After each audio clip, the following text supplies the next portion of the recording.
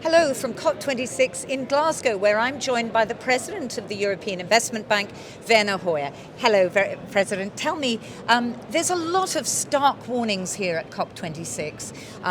We're not on track.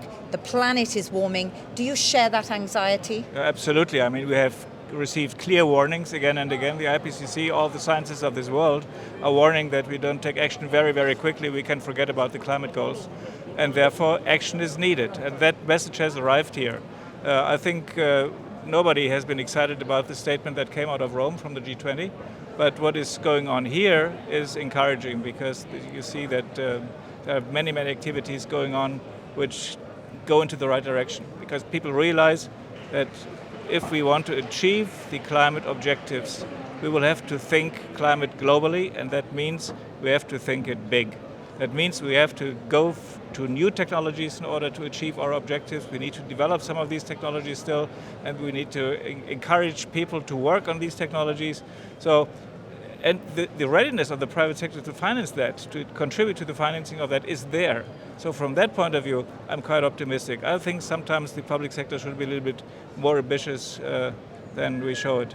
Talking about innovation, one of the big announcements of the EIB here at COP has been this new initiative with Breakthrough Energies, Bill Gates and the European Commission. How significant is a partnership like that, do you think? Well, that is very, very good. I mean, that we cooperate with the European Commission goes without saying. This only has confirmed yesterday our resolve to do it together with the European Commission and the EIB. But Bill Gates is a very, very important partner for us in his different capacities, whether in the Bill Gates Foundation or in Breakthrough Energy. He is really one of the most fascinating innovators in this world. And he's showing the way with the eyes of a private sector person. So he's not an ideologist or a dreamer.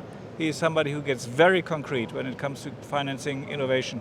And that's exactly what we need. We need to see more the connects between climate, innovation and development. That cannot be separated, because the reaching of the climate objectives will not be possible if we think locally. We have to think globally. Absolutely. I mean, we're the European Investment Bank, but we're actually a global bank. We're owned by the 27 member states. That's Definitely. An important thing, isn't it, here?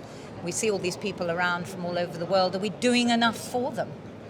Well, I think you never do enough, but I think we are on the right track as EIB. We are going to expand our activities outside the European Union in the service of the climate goals. It's not that we want to go global for global sake. We want to go global because we realize that only with new technologies we will be able to serve the electricity needs, for instance, let's take Africa, in order to have the necessary capacities for transforming hydrogen into green hydrogen. And that requires enormous amounts of electrolysis, and that requires new technology. So we are there, and I think we are the front runner there. Yeah, because the International Energy Agency has said we need a trebling of investment in technology. Can the EIB be part of that solution? Yeah, definitely. And the figures of trebling, that's cautious. Because in addition to the electrolysis needs, which requires then more electricity, Africa is also growing and urbanizing. So these electricity needs require huge technology jumps. And we are probably the most technology-oriented financial institution.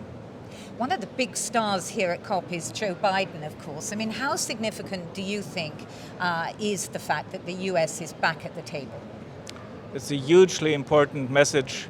The role he has played here was so impressive, also compared with what we saw in Madrid 2 years ago. This time the US is really back, and it's not only Joe Biden, it's also John Kerry, who did a fantastic job here yesterday. And we really like to cooperate with them. So if the European Union teams up with the Americans, we can make a difference. So despite the stark warnings, there is cause for optimism. Well, I'm a structural optimist, but I'm a little bit more optimistic when I leave Glasgow than when I arrived here. Well, that's good. That's good. Thank you very much, President. Thank you. Thanks all of you for watching. Bye for now.